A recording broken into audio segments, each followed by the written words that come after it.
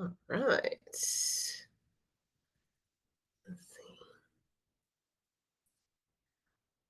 Ah, All right. Good evening and welcome to another episode of the Relationships series. Glad you could all be here this evening. I usually wait a couple of seconds just to see if people want to trickle in at the top of the hour. But of course, we do like to make sure we get started on time so that one, I can respect and honor your time, the time that you give over to this personal growth and relational development process. Um, but also so that you guys can govern your time accordingly, right? So, um, time is valuable. We know that, and we want to respect it and make the most of it. I heard somebody say, "Our time is our life," and so we have to be very mindful and intentional about what we spend our time on because it amounts to our lives. All right. So I just wanted to make sure the deck is working. And we will jump in. So, welcome to How to Give a Good Apology. It's going to be a good one this evening. I am Genevieve. If you do not know me, I am a registered psychotherapist. I'm also a certified speaker, trainer, and coach. And I love what I do because I get to do the business of relationships every single day of my life. And it is a passion of mine. I like to tell people I'm not an expert. I am simply a passionate person because relationships is what we're born for, and it's one of my favorite things to talk about, but also to learn how to do better.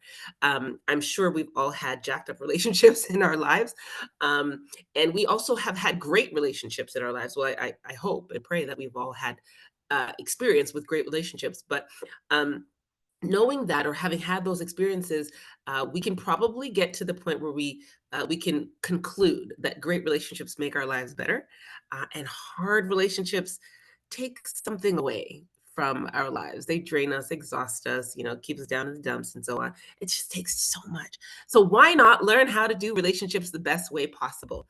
And that means knowing some of the nuances, the components, and the elements of making relationships great, but also challenging ourselves to grow in those areas, to practice those areas so that we can apply those to our lives and make our relationships great.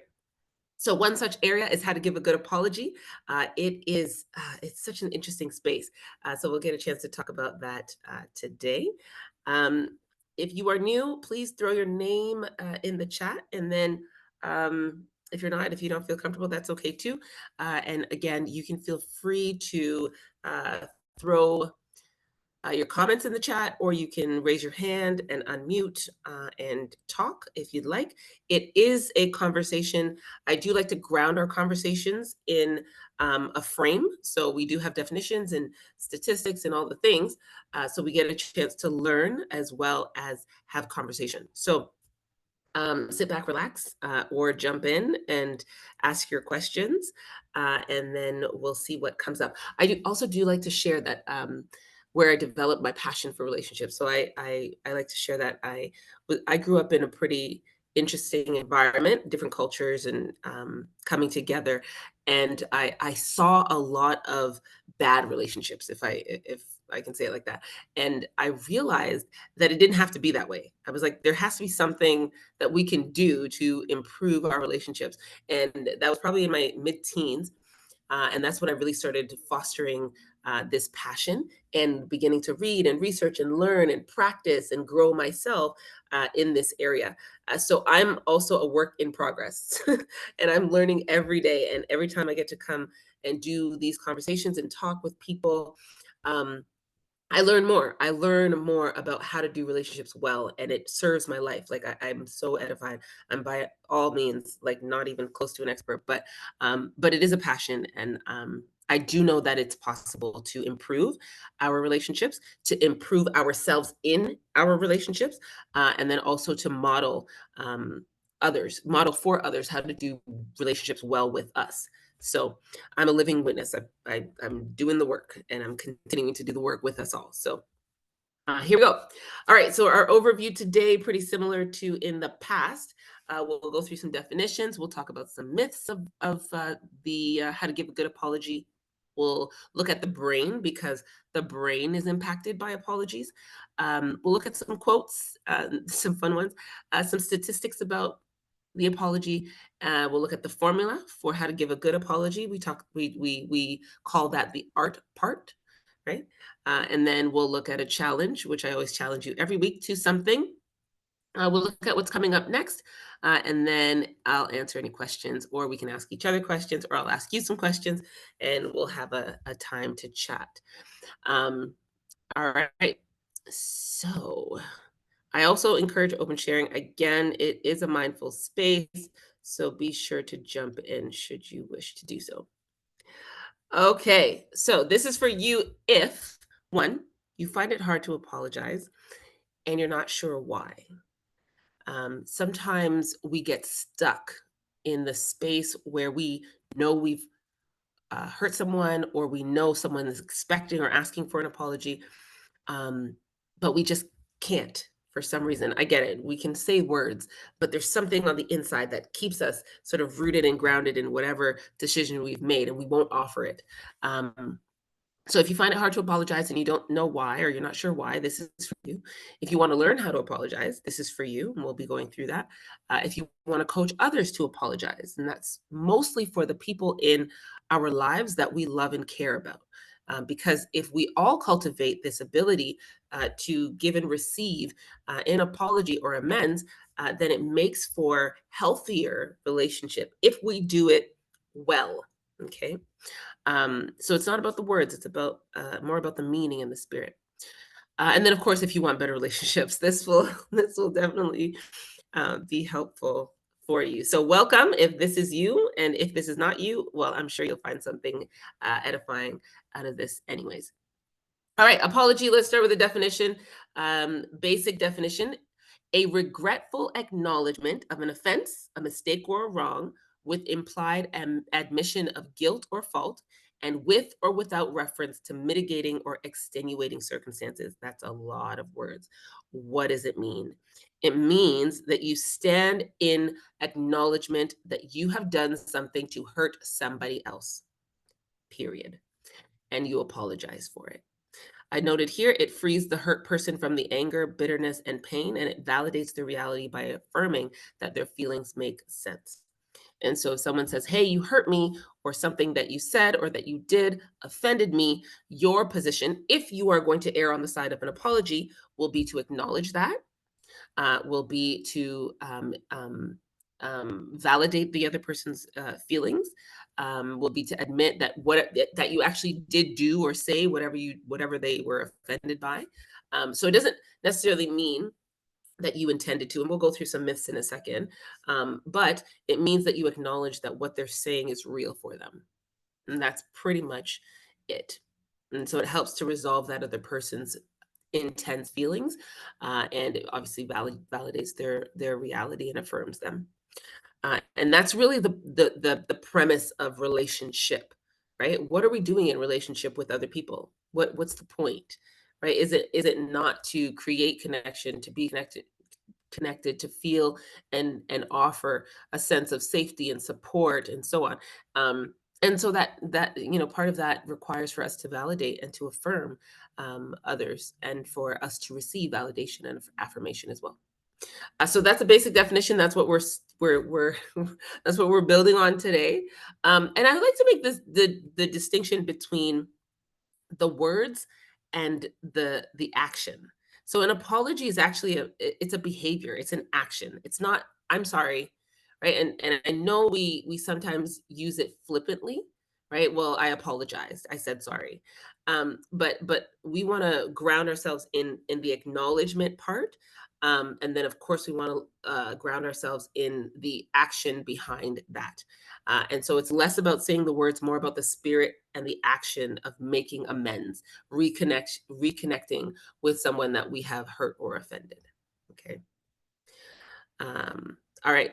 Why is it so hard? My goodness. Yeah, sometimes it's really hard.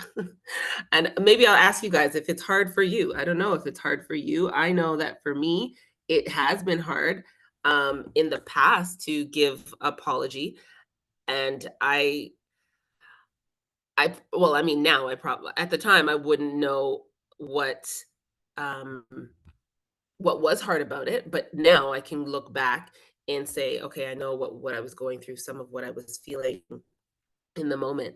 Um, so why is it hard? These are some reasons. It may or may not resonate with you. Maybe you have another reason, but here are some. So number one, we didn't learn, so we don't know. So it's hard to do something that we don't know how to do or that we didn't learn how to do. So if something is new, it is usually difficult for us to do it, right? We're in the learning process. So if we didn't learn, we don't know how to do it. And so that makes it hard. That's a very obvious reason. But sometimes people overlook that. They're like, oh, well, I should know how to do this. Well, not necessarily. Yes, we're grown, we're adults, and so on. We're, advanced in age. Um, but it's still necessary for us to learn how to do certain things and to develop certain skills that we may have missed, that we skipped over. And there's no harm in that. There's no harm in going back and being like, hey, yeah, I probably need to learn this thing and learn how to do it well because how I've been doing it is not working, right? So it can be hard because we didn't learn how to do it and we don't know how to do it. It could be hard because what we've been told or what was modeled for us has been inconsistent with building healthy relationships with other people. And so maybe we were surrounded by toxic relationships. Maybe we were surrounded by relational dynamics that were maladaptive or unhealthy. And so what we've seen hasn't has perpetuated unhealthy relationships or relationship dynamics. So I mean, the reality is we do what we see. As children, we pick up what we see from our elders, from those that we hold in higher esteem, from those who are in positions of authority or influence over us.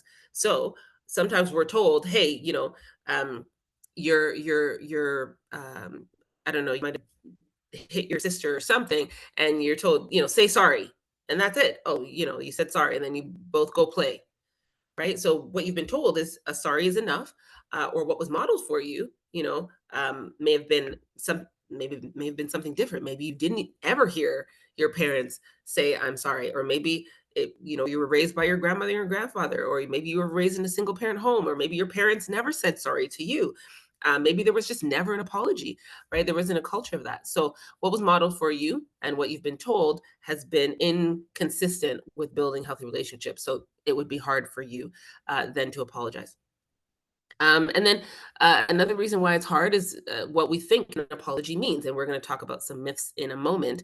But our thoughts will shape how we feel about things and what we do about things. So if we think an apology um, means that we're guilty of something, and that we're never going to be vindicated or whatever the case might be, will be blamed forever. I don't know. These are lofty thoughts, but um, if we think that, then we would be averse to apologizing to someone we have wronged or someone who has indicated that they have felt offended by something we have said or done. Um, One other reason why it's hard is it's vulnerable and honest to apologize. And part of that is we have caused pain to someone that we care about, usually. And, when we're in a position of vulnerability, it can be risky and uncomfortable, right? So we're really taking a chance because, there's always the possibility that our feelings could then be hurt. And so, sometimes it's a guarded place to be wrong and strong. Um, I've heard it said. Um, we are sad that we cause pain. That's another reason why it might be hard to apologize. It's just that we feel bad. That's the bottom line. We feel bad because something we've said or done has caused another person harm or pain. And so it's difficult at that point. You would think that we would be quick to apologize, but sometimes, that's a hard reality, a hard confession, a hard admission for ourselves, right? We want to see ourselves in the best light. We want to think of ourselves as noble and righteous, and we want to think the best of ourselves. That our intentions, our motives, that we are always, on the up and up. But the reality is, sometimes we're not just being honest. Sometimes we're being honestly mean, and we have to get to the point where we're able to acknowledge acknowledge that and admit that, and then apologize. Oh, some comments. Yes, it's hard. Absolutely. It's hard when we have bad experiences or someone not apologizing to us. Yeah, absolutely. And yeah, for sure. Sometimes we become hard-hearted and become the offender. And that's true. They say hurt people, right? And so sometimes we haven't received it, and so we don't give it to others. Um yeah, absolutely. Sometimes we apologize and it's not received. We'll talk about that in a moment as well, and talk about what is a good apology. Sometimes we're short-sighted. So short-sightedness is, I'm not going to apologize in this moment because I'm upset, but we don't see the residual effect of not apologizing in that moment. If we want to maintain healthy relationship with other people, sometimes we think, oh well, I'm not going to apologize in this moment, but it reverberates into fractures and more breaks and more disconnection in the relationship foundation. And so that just fuels more distrust and more lack of safety and more disconnection. And then we don't have a healthy relationship, which is ultimately what we want. So long term, long sightedness is looking at the bigger picture and saying, what is this apology going to do for me? And we'll talk about what they do. But it's eventually going to help to create cohesiveness and create strength in the foundation of this relationship, and contribute to me keeping my relationships, and not just keeping them, but keeping them healthy, right? And not even just healthy, but there's a like overflowing. There's a way in which to enjoy healthy relationship, but then there's a way that relationships feed back into you. And so it's like edifying, it's energizing, right? Some people have really jacked up relationships, some people have really great relationships, but not everybody has like the overflow of relationships where there's like a mutual back and forth, and that flow, right? That's in relationship that keeps you energized and filled up, right? Some people are in okay relationships, but there's a place you can get to when you have a long-term perspective on how to build and pour into relationships that create relationships that feed back into you. So short-sightedness is another reason why it can be hard, because we only see the moment, and then it takes time. It does take time. Many hurts, especially old ones, past pains, and major ones, if they're big hurts, big betrayals, they require more than a brief talk. Like, okay, I'm sorry, we good? Hug it out. No, they require for us to express, for us to understand, for us to work at repairing and rebuilding. Think about when something actually breaks, when there's a severing of something. Like, it takes time, even when our bones break, to cast it up, to wrap it up, and for it to come back together. So we have to think about it in that way, right? It takes time. All right, okay, let's go through some myths. I saw another chat message. um yeah, absolutely, absolutely, yes, definitely, definitely. Okay, so let's look at some myths about apologies. So, one myth about apologies is that you meant to hurt the other person. That's just not true. Okay. You don't get to determine what hurts other people. We just don't. We don't get to decide that. Like, just because I didn't mean to hurt you and just because I wanted you to take it this way, then you should. No, sorry. It doesn't work that way. One myth is that I don't have to apologize if I didn't mean to hurt them. That is just not true. And I'm sure that you've seen the fruit of that in your relationships. I mean, if you don't do that, then your people are just not going to be around you, because you can't take responsibility like an adult for your behavior, your words, if they, impact or affect other people negatively or harmfully. So you don't have to mean to hurt folks to apologize for them to them. They get to determine what hurts them, and you get to respond as a person who's in relationship with them and wants to continue to cultivate a healthy relationship dynamic. Um, Another myth: you lose, they win. It's a win lose situation. This is not a game. This is relationship. This is life, right? And so this is not like, oh, I get 2 points, you get 2 points, and all that. No, this is about cultivating healthy relationships with other people. And that means being open, being mindful that the apology actually creates a win win situation. That's where everybody gets a chance to build and reconnect, to build relationship and reconnect. right? That is the objective. It's not about winning or losing in the moment. And again, back to short-sightedness. If we look at it as an instance, as opposed to a journey, then we may get stuck in this place where we think, oh no, no, I can't apologize. I won't apologize because that means I lose, right? So that's an absolute myth. Another myth is that you're weak if you apologize. And to that, I say, I'd say this, and similar to when people say things about vulnerability makes you feel weak. If something requires more of you and is more difficult, then it actually makes you strong to do it and not weak, right? So if it's harder to apologize or if it's harder to be vulnerable, then it requires more strength, right? So it's a total myth. If and apologies do require effort and energy because you have to have a value for your relationships and you have to be willing to be mature and to admit and it's hard. It's hard work. So you're not weak. You're actually strong. And then another myth is you are to blame, and that of course is not true. Apologizing doesn't necessarily mean the problem or the situation is your fault. It means that you've said or done something in the context of that thing, that situation, that circumstances that has hurt or offended another person.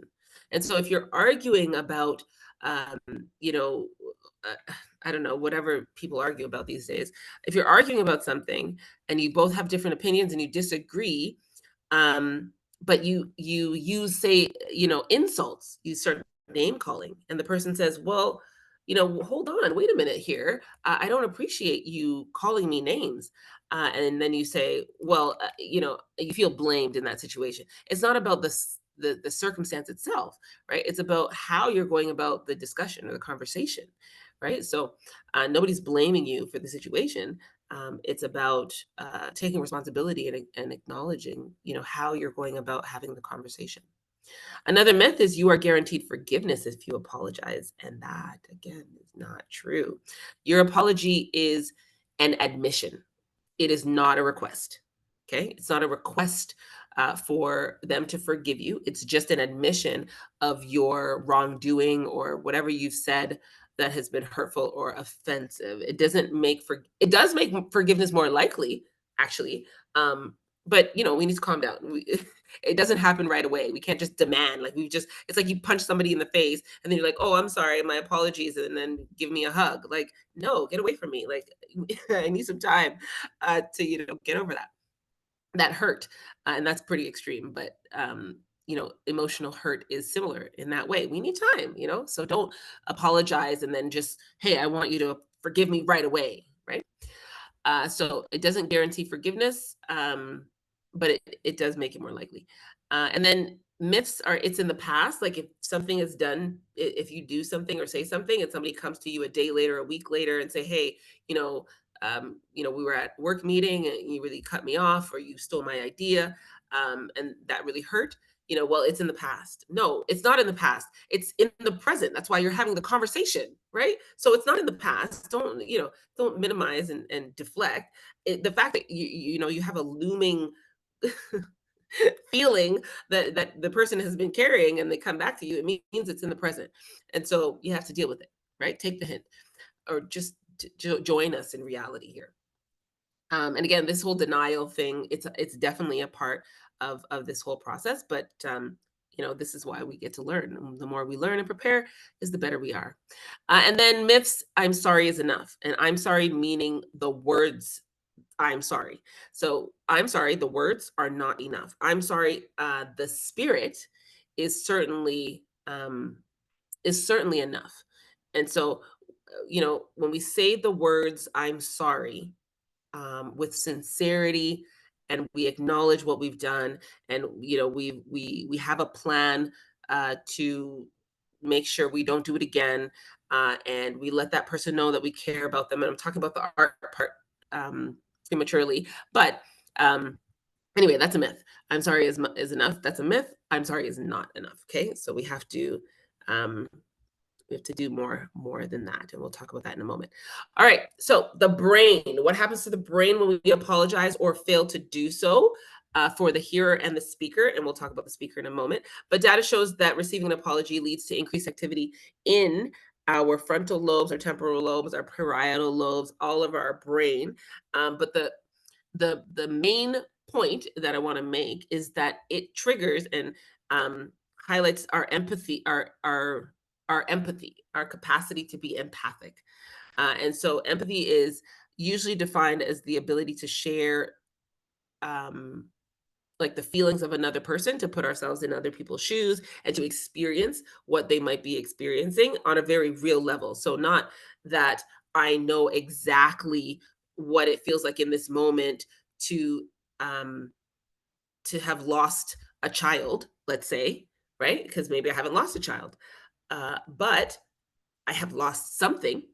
Maybe I've lost a parent, or I've lost a friend, or what have you. And so it's the idea of putting yourself in other people's shoes and recognizing what they're holding. So they may be and that's just an example. They may be holding loss in that moment. You can connect sorry, with that feeling of having lost something. And so empathy is highly at play. Our brains are highly active when we apologize, because we can understand, or we have put ourselves enough in that person's shoes to capture the essence of what it is they might have experienced because of our behavior or because of our words. And so it's sort of a switch that we have to think about and consider the other person in the moment when we are transitioning from, maybe speaking or dialoguing or defending to apologizing. It's a very unique switch in our brains, right? And so it's a different what's the word? It's a different mm, I guess a different train than, say, psychological or cognitive behavior. Like, oh well, I don't think that you should be offended, or whatever the case might be. When we're using our brains, we're not empathizing. We have to use our sort of our feeling brain, right? And so we have to tap into this place of warmth and compassion, empathy, and concern for others, in that moment, for the other.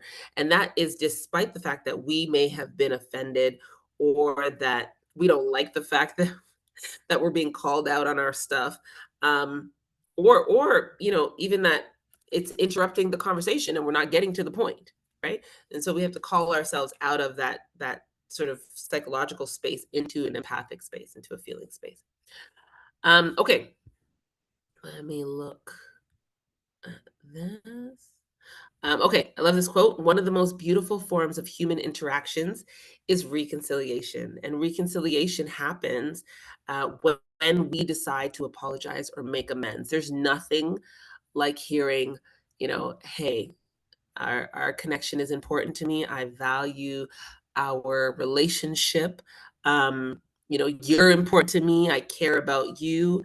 And I apologize for saying whatever I said or doing whatever I did that was harmful or hurtful to you. And you didn't deserve that. You didn't deserve that. My behavior or my words, you didn't deserve for that to be hurtful. And I want to reestablish our connection. I want to reestablish our relationship. Like, those words are so life-giving. They're so empowering. And we can rebuild trust on that if they're sincere, especially for us, and we start, turning away from that behavior. If we're prone to insults or yelling or what have you, and we say, okay, listen, I'm so sorry. My best efforts are going forward from this day, and I'm going to use an even tone or what have you. I'm not going to allow my voice to get to a high level. Yeah, there's nothing like being respected and being honored in that way. Yeah, yeah, yeah. Yeah, I'm sorry can be overrated for sure. Yeah, yeah, yeah. Yeah, yeah, yeah. And yeah, we definitely don't have control over how other people receive our apology, or even if they do. Yeah. And apologizing is our responsibility. That's just it, you know. Um, so so yeah, that's awesome. Um,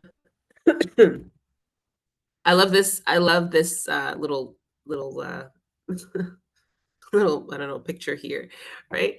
This guy's apologizing and she is just not having it. He's got cards and he's crying and he's got the flowers and she's just like, yeah, no, absolutely not. Like I'm not hearing it and so on.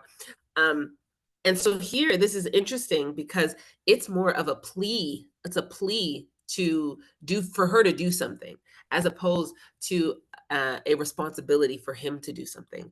And I want you guys to note that because apologies and amends are the opposite. They are I'm going to do something, and you are required to do nothing. I'm going to do something in response to an offense that you've articulated, and you don't have to do anything. I'm not you're not required to do anything. I'm not saying that you're obligated to do anything. The work is on my part. And that is a genuine and true apology. Okay. 81% of us apologize when we do something we are told is offensive. That means there's 19% out there that don't even bother. Um, on average, women apologize more than men do, and that's partially related to socialization in that we are socialized to be more relationship oriented than men are. And then those who find it easier to apologize have higher value for relationship. So there's like usually when it comes to evaluating, we look at the forgiveness, the apology, and then relationship value. And usually individuals who score higher on their value for relationships in general are better able to or more willing to apologize quickly and forgive quickly. So um, that's kind of interesting. Okay. All right. Let's jump in. I call this badology. Okay. This is the essence of a bad apology. So if you guys have ever used these words or heard these words when an apology is going forth, my goodness, please eliminate them, cut them out. They deserve a whole X. This is badology 101. No. And in this, like no apology is better than a badology. Okay. No, don't even bother to apologize. Just be quiet because if you do a bad apology, like I would just rather hear nothing than hear this kind of nonsense. Okay. So basically, any attempts, and these are 5 words that you probably don't want to use in an apology, that you don't want to hear an apology. And if you've experienced one of these, you know how it just irks you, it twists you up on the inside. Any attempts to avoid, to minimize, to deflect, to defend, to justify, to explain, to blame, like to make excuses, like any attempts at any of these things. During an apology are going like they don't belong. They don't belong in an apology. Okay, so if you're trying to feel better, you're trying to scale down, like, well, it wasn't so bad and all this stuff. That's not an apology, and that's a badology. And so we want to make sure that we're leveling up. And so here's some tips. Here are some tips. Sorry, some tips on how not to do an apology. Okay. Don't use the word but. Anything that anything that you say that is followed by but is a badology. Okay. So I'm sorry, but you provoked me. I'm sorry, but I was hangry. I'm sorry, but I was tired. I'm sorry, but no, badology. Don't bother. Don't bother. Okay. Just is one of my most hated words. It smallifies everything. Okay, it makes everything smaller. Um, I'm sorry. I'm sorry, but I was just joking. I hate that. No, it doesn't matter if you were just joking. The point is that you've offended, right? That's the point. And so we want to acknowledge, not dismiss or minimize. I'm just joking, or I'm just being honest. No, you're just being honestly mean, or it's just one of them days. In the words of prophetess Monica. Um, Badology 101. If sorry if you felt that way. Oh, that's so isn't it just so it's so niggling. Like I don't know. I've heard these sayings. People have actually said these things to me, and I just want to like fight. Like they just make me want to fight. Like, oh, I'm sorry if you felt that way. And I love this one. Well, if you knew me, then you would know what I meant. Just just stop. Right? So dismissive. Absolutely. So dismissive, so minimal. Like what's the point of you at that point, right? Um, so don't yeah, but just if eliminate them when you are trying to apologize to someone or when you're building an apology. If you start with you, that is a sign. It could be a sign that you're going down the wrong road when it comes to an apology. So anything like you are blank. You are too sensitive. You're overreacting. You can't take a joke. Any of those things, like you may want to veer away from that. If you're genuinely making an attempt to apologize, reconnect, and build healthy relationships, that is. And then please, anything that starts with please is usually a request. And again, if you are giving a good apology, um, you are not requesting anything. You are not asking for anything. You are only there to give. You are there to respond. You are there to give. You are there to acknowledge, admit, to confess, to take responsibility, all the things. So please forgive me, or please move on, or please get over it. You're not asking for anything. You are simply apologizing. Okay. So we don't want to go down the badology, and we'll talk about how to give a good apology in just a moment. But I thought this was a great little picture.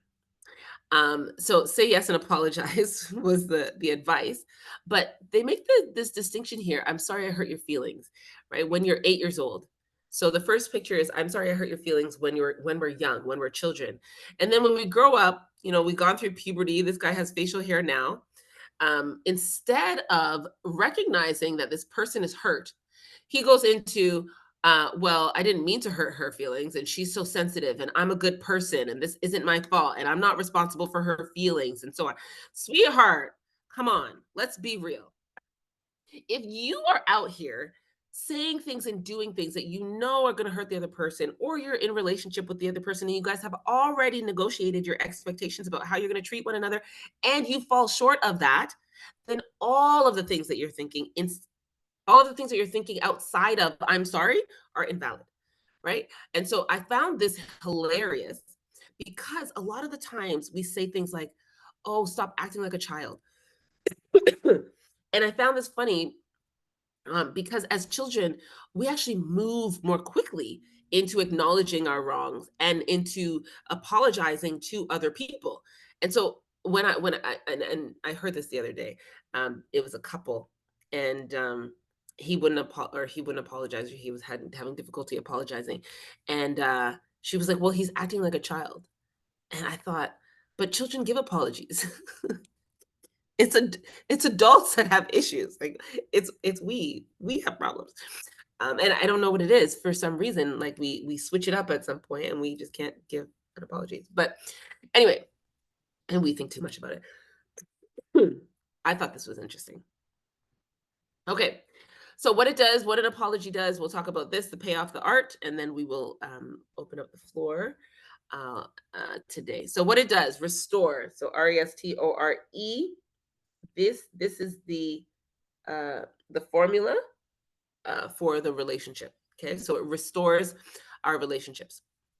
Number one, R, it reconciles us.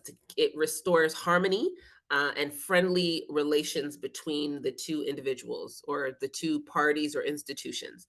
And yeah, apologies I mean, we're talking about relationships between people today, but there are, I think we celebrated in Canada the Truth and Reconciliation holiday sometime within the last month or so, and forgive me for not knowing the day, but that was an apology or an overall attempt for the government of Canada to reconcile with the Indigenous peoples who had been very, very sorely wronged over decades. Thank you. September 30th was the day, Truth and Reconciliation. Over decades, over years and years and years, and they received an apology, so to speak, and of course there were many amends and so on, but it helped to restore them or to reconcile them back to the table where they could speak, they could have conversation, where they could negotiate again. So reconciling means to restore some kind of harmony or some kind of relations, ability to talk, to communicate. And so that's what apologies can do. It can begin to rebuild that bridge. Think about it that way. It can stir up empathy, of course, our humanness, our human side. It helps us to realize how much impact we have on other people. And so that helps us to have more empathy, of course, because there's weight to our actions and to our words, right? We do have the power to hurt, but we also have the power to heal. And so in relationship, we can increase in empathy as well. And apologies help us do that. Apologies help to restore safety in our relationships. And safety is a primary and basic human need. We need to feel safe, some kind of security. And that's not just in our physical surroundings, like we want to have a place to live or a warm place to sleep, but relational safety is also a part of that. And life sucks when there's like this looming threat of disapproval or being hurt by someone in our lives that don't regard our feelings, right? So we need safety. And a lot of times, when I'm speaking with clients, it's a lot of inadvertent or unintentional hurts that they're working through or unpacking, that were from the parents, right? From growing up. And of course, our parents care about us and love us, and they, want the best for us. But sometimes there's a lack of safety there because our parents have hurt us, and there hasn't been the opportunity to speak up and to restore and to reconcile, and to give and receive apologies or make amends. So, yeah. Another thing that is restored with an apology is trust. I heard a quote. It's trust is gained in drops and lost in buckets. Gained in drops and lost in buckets. And so, it takes time to build up trust in relationship, but it doesn't take that much time. It takes significantly less time to lose that trust.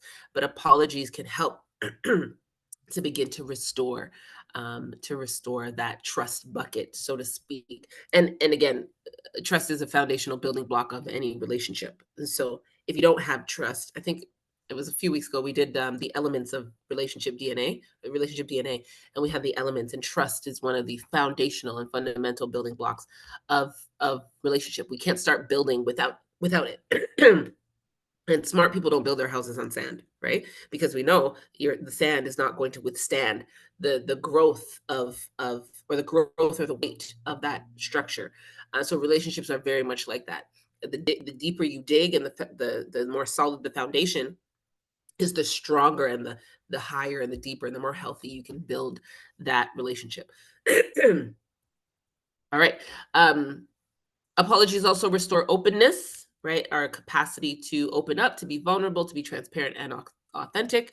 It restores repair, right? So that's again repairing an open wound or a break in the relationship, and it restores emotional connection, which is us um, engaging again emotionally, right, with another person. And I will be mindful of the time again.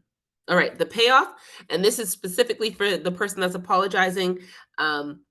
Because I heard it said that, well, apologies are for the person who is offended. Yes, it is for the person who is offended. But there are many benefits for the person who is apologizing, and not just the restoration or reconciliation or reconnection in the relationship, but there are all these other benefits. And so for the person that acknowledges that they have done wrong and they apologize or they make amends, there's improved mental health, there's a reduced feeling of guilt and regret. Imagine letting go of a feeling of guilt and regret. Guilt and regret are heavy and intense emotions. So imagine being able to reduce those feelings of guilt and regret. You can address the source of your negative emotions. I'm sorry, and sorry, address the source of our negative emotions, and that again allows you to release, right? You can work towards a resolution, which of course is restoration of the relationship, and that means you can problem solve and be creative, right? And so this is not just something that you do and you let go of, but you are actively involved in the process of creating resolution that in the long term benefits you and the relationship health. It improves your self-esteem. I thought that was a shocker. I was like, imagine you as an individual, you've wronged somebody, and part of you is feeling really guilty, part of you is feeling regret, and pretty bad, for offending the person. And another part of you may be denying, and another part of you may be unwilling. But if you walk it through and you see the benefits of the long-term impact on your relationship, it actually improves your self-esteem. You recognize yourself as somebody who has self-efficacy, who has confidence, somebody who's well able to act appropriately and maturely and in the best interest of relationship repair and eventually healthy relationship dynamic. Right? So it actually improves your self-esteem, the way that you feel about yourself, the way that you look at yourself, the way you see yourself, eventually. So I thought that was amazing as a person who is learning how to apologize. Like you have lots of benefits to have. You have lots of benefits to have. There you go. And then, of course, it reduces anxiety and depression, and any maladaptive processing. Right. And so sometimes when we have anxiety or depression, sometimes we divert and we use like escapism, or, we go out drinking or smoking or whatever the case might be. But it actually reduces maladaptive behavioral processing and anxiety, depression. So any kind of mood or thought disorders as well. So that is the payoff. So if you are a person who is struggling to apologize, and we're going to look at the art in just a moment, if you're struggling to understand why you need to apologize, what benefits there are to apologizing, here are some benefits. These are great, great, great benefits. All right, here we are at tips and tricks. This is the art part. What do we do? What do we actually do? Okay. So I think there's like 8 steps here. I actually, this is not mine. I took this from, it's called the hope approach to couples counseling. And I use it with couples that need to make amends, and that, there's been breaches or breaks or what have you. But it says it's in seven. I added a step. It's actually a 7-step process that I walk couples through. And it's proven highly effective. There's lots of evidence-based research on it. And so it works. It works. Um, and so we'll walk through it today very, very quickly. And think about it. Think about maybe something that you've apologized for, and maybe you didn't walk through these steps. Think about something that you may have to apologize for, and you may want to use these steps. Yeah, we'll walk through them and see what resonates with you. Okay, confess before you're caught. That sounds pretty straightforward. You don't want to get caught, because then you'll be fumbling, right? You want to be able to acknowledge if you've done something wrong or what have you. Now, this is specifically if you're knowledgeable about the offense. Now, if somebody has come to if you're not knowledgeable, and then someone has come to you and told you that you've offended them, then it is your job, or perhaps your responsibility, or in your best interest, to confess right away. Okay, so that's sort of the way around before you get caught. So confess before you're caught if you've done something that the other person doesn't know about, and then confess right away if somebody brings something to you that you weren't necessarily aware of. Okay. Express commitment and care for the relationship and for the person. And so that just means you're saying out loud to the other person that you care about them, that you care about your relationship, that you're committed to doing whatever it takes to resolve any issues or to reconnect with them, right? Because you value them, you value the relationship. And these are words that are really difficult to simply come up with. Some of us don't necessarily speak this way on a regular basis and so on. So it's helpful for us to prepare ourselves by practicing, right? And I'll challenge you guys to do that in a moment. But in any case, finding your own voice and finding your own way of expressing your commitment to the relationship, your care for the relationship, your value for the relationship and the other person is one such step in a full on, or a full and complete apology process. Okay, so you got to express something to them. Be clear and direct. So here we are. There's no justifying, there's no explaining, there's no defending, there's none of that. Well, I did this, and this is, and no, there's none of that. There's only acknowledging what they've said, spoken, or told you, acknowledging what you've done, said, or what has happened, and then there's a clear and direct apology or amends that's made, and that's it. Then there's silence. Then there's silence. There's no, well, you did this too, or, well, are you going to forgive me, or there's not, none of that. There's just an acknowledgement, and then there's silence. Okay, so be clear and direct. No justifying at all. No explanations. Explanations are the worst. Like, explanations are the antithesis of apologies. Okay, do not explain anything. Don't explain at all. Well, it was because that, no. That is the opposite of an apology. You were going in the right direction, and then you made a U-turn and you started going backwards, or you started going the other way. Okay, so no explaining, only acknowledging what the other person has said, acknowledging the behavior, the actions, or the words, and then apologizing or making amends. Okay. um, Take responsibility for your actions and your words, right? I take responsibility for my actions and my words. This is what I said. Say what you said. Okay? Just be honest, be open. Say what you said, say what you did, and don't be minimizing it. Like, well, that thing that I did. What thing? Well, that thing. You had a whole affair, but you're calling it the thing. No, you have to be very clear about what it is. Okay? So acknowledge, take responsibility for your actions, for your words. Take responsibility for the hurt that you caused, right? So acknowledge that. I know I hurt you. I know you did not deserve it. I know I hurt you by what I said. You didn't deserve it, and I'm sorry. Okay? Use tenderness and touch if appropriate. So tenderness is both in your demeanor, in your body language, in your facial expressions, as well as your voice or your tone of voice and the words that you use. So tenderness is really like a softness.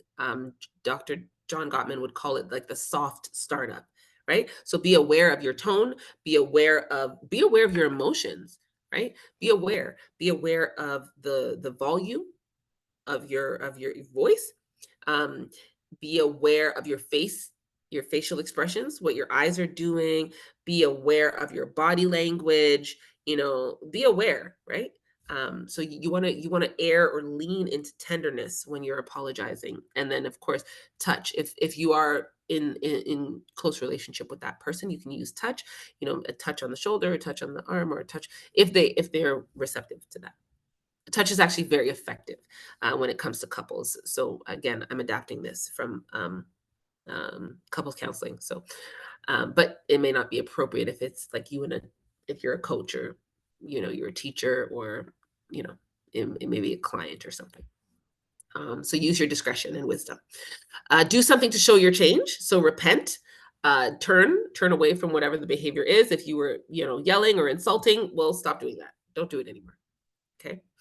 And then accumulate trustworthiness post hurt, right? So you want to build gradually and sincerely. And so you want to demonstrate consistent behavior that's in alignment with your repentance, or with your apology, or with your amends. And then you want to acknowledge that as well, right? So here I am, it's been a challenge for me, but here I am. I'm making sure to keep my voice at a low level, or I'm not going to do insults, or whatever the case might be. Okay. So this is an 8-step process now. And every step matters, counts, and is necessary. Okay. And that's the art of the apology. So don't keep offending after you've apologized. Turn and continue to walk in the other direction. Continue to do the things that are necessary to keep that relationship intact. Okay. So we're gonna close out in like 2 seconds here, but I thought this was interesting when I found it. This was in reference to people that apologize for themselves, and so not apologizing to someone else for something they've done to them, but apologizing for you know their own sort of behavior. Like, I'm sorry, I'm always messing up. That sort of self-pity. I'm sorry for being so sensitive. I'm sorry you have to help me so much. I'm sorry for talking about my problems so often. I'm sorry I'm such a burden. I'm sorry this and that, right? If you have healthy relationships and you're cultivating healthy relationships, then don't do that. That's not even necessary, right? If you're cultivating these healthy relationships, you're pouring in and they're pouring into you. There's mutual respect and love. And that kind of stuff